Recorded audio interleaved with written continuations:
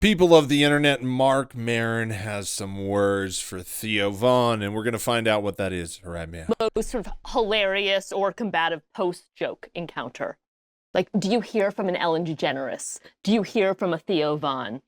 Do you hear from a Ricky Gervais after the Globes? Oh. I didn't hear from Theo, but there were some people representing his interests. What do you hear from them?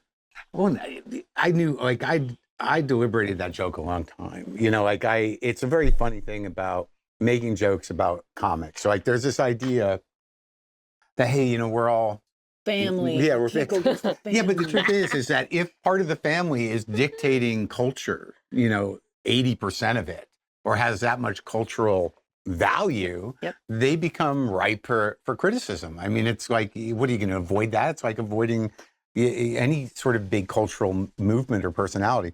But I really thought about the Theo thing, and I thought that if he's going to get upset about that joke, then he can go fuck himself. It just, to me, it was like, it's too funny. It was. Yep. It's just too funny. It was. And, you know, and I'd never heard from him, you know, but I heard a couple other comics, that was a little rough. I'm like, was it? It wasn't. It's not. It's just a roast. These guys are so sensitive, though. There's another big comic that's very mad at me right now for something I had nothing to do with. And it's just sort of like, all right, the free speech thing is limited to not talking about them. I get defenders. I think these are all great points, which I myself have made. And it's interesting. What I find interesting is when another comic makes a joke like what they claim they should be able to do. They should be able to roast people, make fun of people, say slurs, whatever. But when another comic makes a joke about them, they, number one, get super offended, and number two, they retaliate in some way. They go behind, they start beefs, they let people know in the comedy industry that I'm mad at Marc Maron for saying this, blah, blah. And they create all of this drama. Like Joe Rogan, honestly, the way I see him is just a dramatic drama queen. He's the most insecure man. And if you want to know what the group is, always look at the leader. And the rest of the group is going to be just like that. And they're all like that. Stuff like this, how Theo Von's getting so mad, so upset, stuff like this, all this credibility to his change and stuff that he's trying to like garner from people, and his distancing. I can't fully believe that yet. I think Theo Von is still playing a game just like he was when he was over on Trump. He's just trying to, you know, distance himself from the bad coverage and make it look like he's a good guy. But they all keep going after Marc Maron. And who has the biggest beef with Marc Maron? Joe Rogan. Look at their leader and you will see the rest. It's just amazing, like Mark said, how sensitive these guys really are. They want to say the most vile things. They want to put down people's races, their cultures, their sexual identities, etc., etc. But if you even, you know, tell them there's a wrinkle in their shirt, you know, they're having a mental breakdown, and then they'll both go on Joe Rogan and do a three-hour podcast with 2.5 hours telling everybody they're losers because they're not as successful as them. They don't. Joe always finds a way to pull yourself up by the bootstraps, huh? Man, I find it incredibly amusing. Incredibly. And this is what we've all been saying on all these pages and stuff. And look, we just keep getting more and more confirmation. And they're delusional fans, even though other people confirmed it. You get facts. There's a freaking medical, peer-reviewed scientific study that shows Joe Rogan caused a significant healthcare issue. And they still go, ah!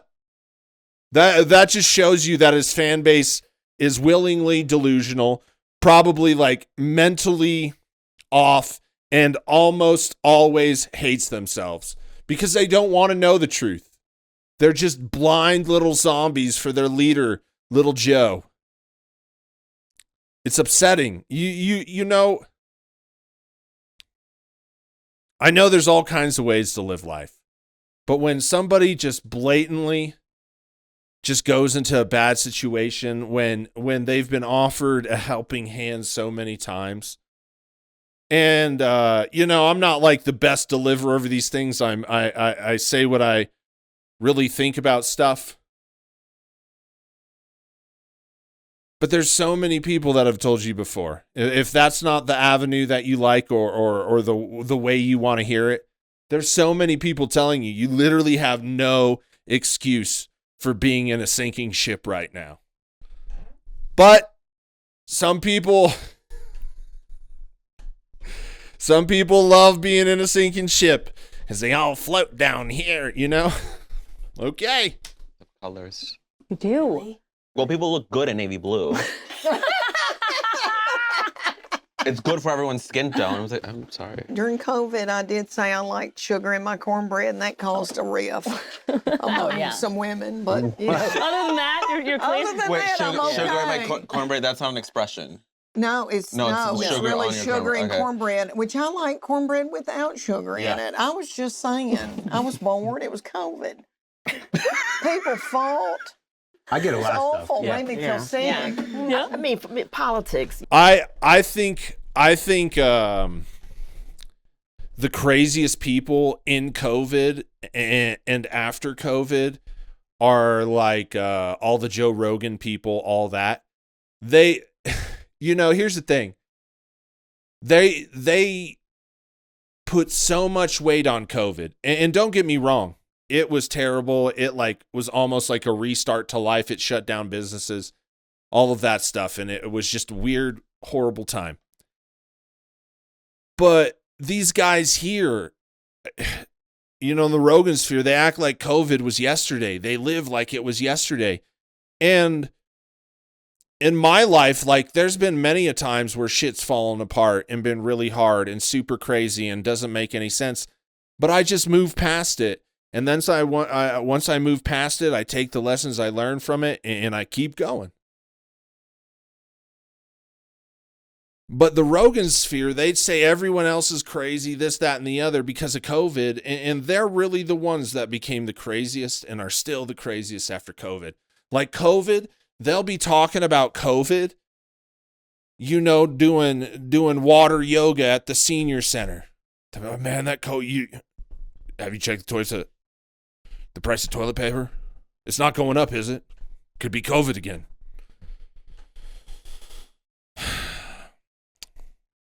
I don't know, man.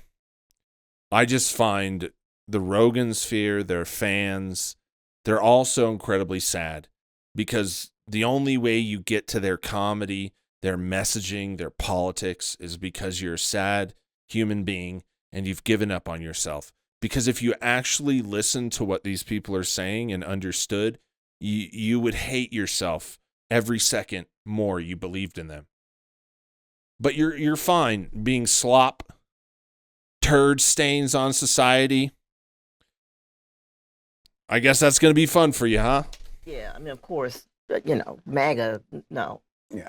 I get cat stuff too. People who if I talk about cats are like, well, you're not a very good, advice. Yep. If I talk about myself, my psychology, my cats, people will be like, well, they have a lot of advice or they're mad about how I'm doing things. And some of them are very smart people, but they believe that they have a relationship with you. Yep. And yeah, it's I think a fairly new phenomenon in terms of the extent to which it happens, but it's a little nerve-wracking, especially if you don't have great personal boundaries. And that is so true. I have always said, stop putting all this personal shit out there. If you're in a relationship and the person that's with you doesn't want to be on there, why would I want to put my relationship out there? All these details. We're here to be entertained, but you have to understand there are some serious fucking weirdos. Right? I've seen a lot of it, just serious weirdos, people that'll try and destroy your life, people that'll try and act like they're influence your life or you're making your every move off of this person. And it's all delusional.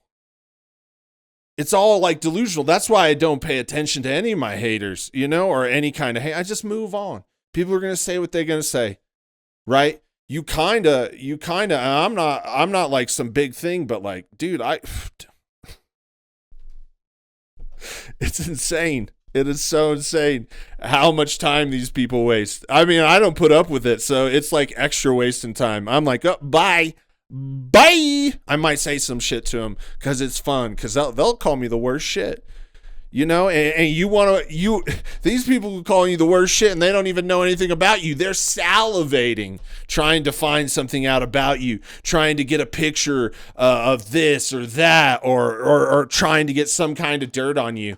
And I just think they're all fucking incredible losers. But you have to have your boundaries, man. Because some people really do. When you do this shit, they think they know you. They want to tell you what to do. Anybody that tells me what to do on my page, bye. Bye. I don't need that kind of influence in my life. You think you're going to tell me what to do? Bye. Comment on the content at hand. As soon as you start coming at me, bye.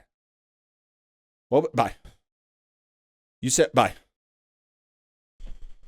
I don't care. I don't care. Bye.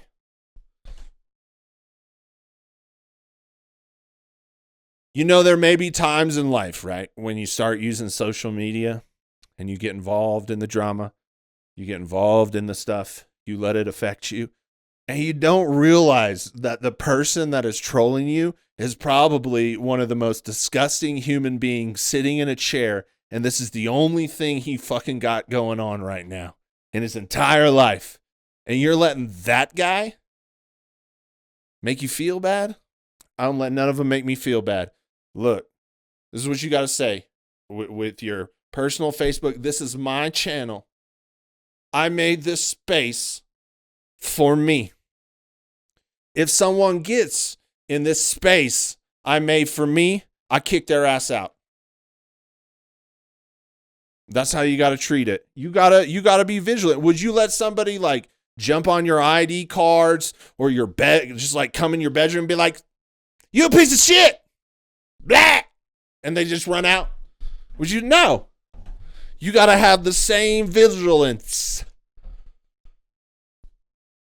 and protective nature that you have over your bedroom, your home, with your internet.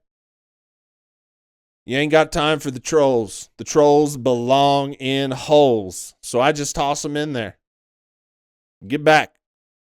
Get back to where you once belonged. Get back. Anyways, that's my philosophy. I don't give a shit, all this internet moral code bullshit. Oh, you delete people. Yep, I sure the fuck do. Because it's my page. My page. There's no better way. Better way. Better way. Anyways, and then, then all of a sudden you're spending your day going like, what did that woman named Estelle mean? Yeah. Oh, yeah. Like for a day. What does she know about how I treat my cats? How do they get into comments you? that you're reading? Yeah, comments. Oh, dear. Oh, yeah. I try to stay away from. I try to stay away from all of them. But the only place that sometimes they get through, it's Instagram's DMs. Yeah. Because there's. Oh, don't go there. No. Don't When you're coming up Look at the fear. and you're starting your Don't. Instagram, fans will write you, and you're like, it's interactive. You're like, oh, great. They said this nice how are thing. you? And then you have about. And then you're Spirit 200 Airlines and everyone's mad at you. You have like 200 fans that you started this relationship where you just back and forth. You did great on this. Thank you so much. Yeah. And you have to just continue this conversation because you never- look back and you go, well, I've been nice to this whole time. If I drop off now, then they're going to say, she thinks she's too good for us now. So there's there's no more, but I have about 200 people that are constantly writing But the me. list is closed. It's closed. Now I've done no more mine because too. you can't do it. What are the places your audience just won't go with you? In Areas. material Yeah. Or physically. Well, Exactly. back to the hotel. I meant material, but perhaps, yes, back to the hotel works as well. I have people that say, "Don't go Hollywood on us, Leanne." Yeah. And I think because I'm in the South and I appeal to, I'm sure, the middle of the country. I'm doing my dream, and I know they want me to be successful, and they want me to win, and they like my series, or they want me to do a special. So I don't know what that means, and I don't.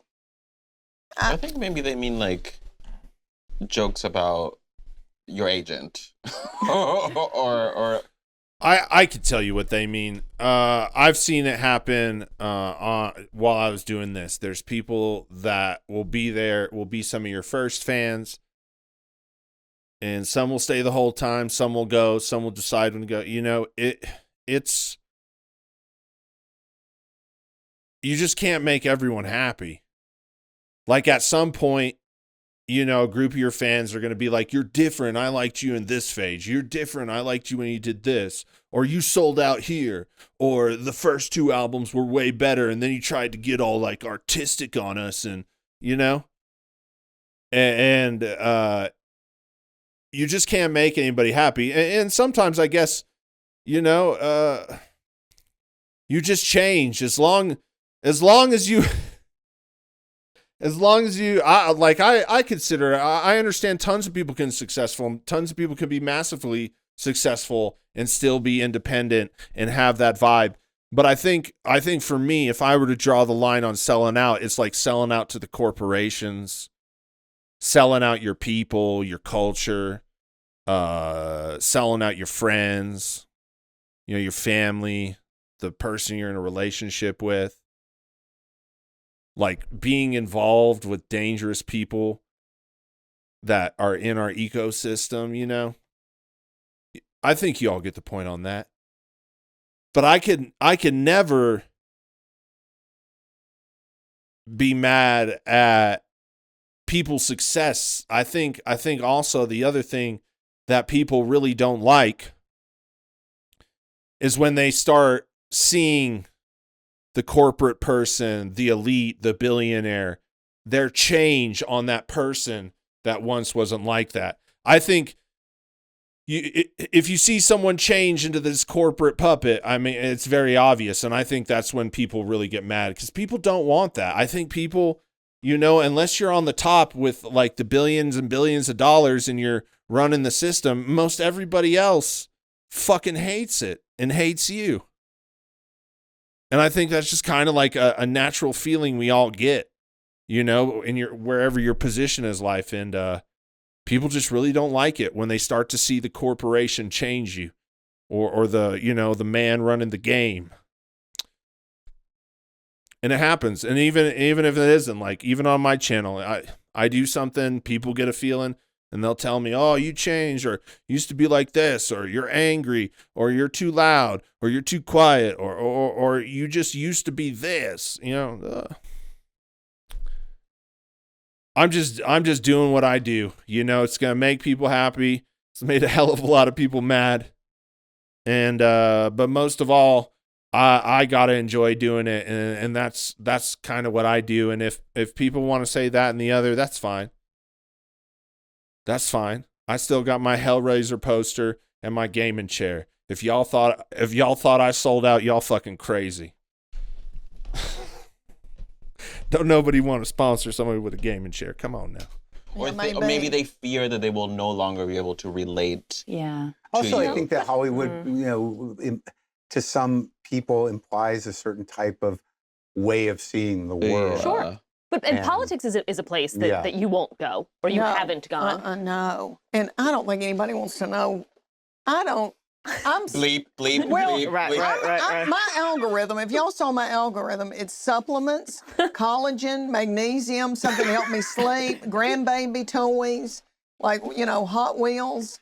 I don't think that I'm qualified to weigh in on politics. And I think that's great if people can. I am not. Nobody wants to know.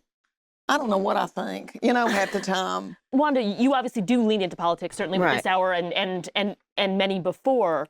Is there anyone in your life who's telling you to maybe sort of dial it back out of fear for you? My mom. Yeah. My mom, she's like, Wanda, I'm just concerned with, you know, people out here so mean and hurtful. And I'm like, Mom, it's good. And then when, you know, that awful, you know, kidnapping of, or we don't know what happened with Savannah Guthrie's mom, my mom was like, hey, look, you know, you out here saying stuff. I'm like, Mom, no one is going to take you. You're fine. She's like, I'm like, wait a minute, Mom, you really think? No, you're safe. You're good. You know? But yeah, she, She does worry, but for me, I don't think about like not going someplace. My fans or whatever, my audience, they just want to make sure it's funny. Like I can't go out there and just be preachy and ranting without it being funny. So I think if you come up with something that's funny, they'll go with it. But it's exciting though too when you talk about what you talk about, and sometimes with what I do, it's like there is this, like it's challenge. If there's a line you have to ride. And it's like I get off on it, and I imagine you do too. Is balancing how are you going to make it funny? Do you know where the line is? Of course. Have you stepped over it? In terms of being like, I was very decisive about this special with Panicked in terms of the tone that I started it in, because like going into the special a few weeks before it, you know, there was a more of a kind of a, it was a little more swaggery and a little more self-righteous in a way. And then I was like, don't even do it. Just go way under it and just throw it away. So, you know, because I don't like being self-righteous. I don't really like self-righteous people. And I think the left took a lot of hits during this special. But there is a balance with all this stuff that's part of the challenge that makes it exciting. And my dad... I want to end with this. You can go watch this. But do you see how they contemplate, like Mark has a line, Nikki Glaser is nodding in confirmation. They think about these things. They think about how it's going to come off, how the audience is going to react to it. Is it going to offend somebody? Is it going to be too much? Do I need to pull it back? Do I need to not say it at all? Do you see? These are the thoughts that go into this. And look, Mark has a line. There is a limit for everything, and it is usually for people's safety and well-being. And this is the difference between the Rogan sphere and everybody else. Everybody else gets that there's a line. There's a general respect for certain things. There's things we don't say. There's thought we put into the actions, into the content, into the stand-up specials that reflects our thoughts about how it's going to be perceived. It's interesting. Noticed one's called a racist and the other set of comedians aren't. In fact, do you see any of these people being talked about this way in the news? Sure, Rogan sphere fans, they're a small percentage of our population. That's probably it. Nobody else sees them as racists, as bigots, as woman haters. Interesting, huh? When you put some thought into stuff and you respect people and you don't just do the same hack jokes you always do. Interesting when you put a little bit of thought in it. Put a little bit of thought in it. Let me know what you think in the comments. Peace. Don't stand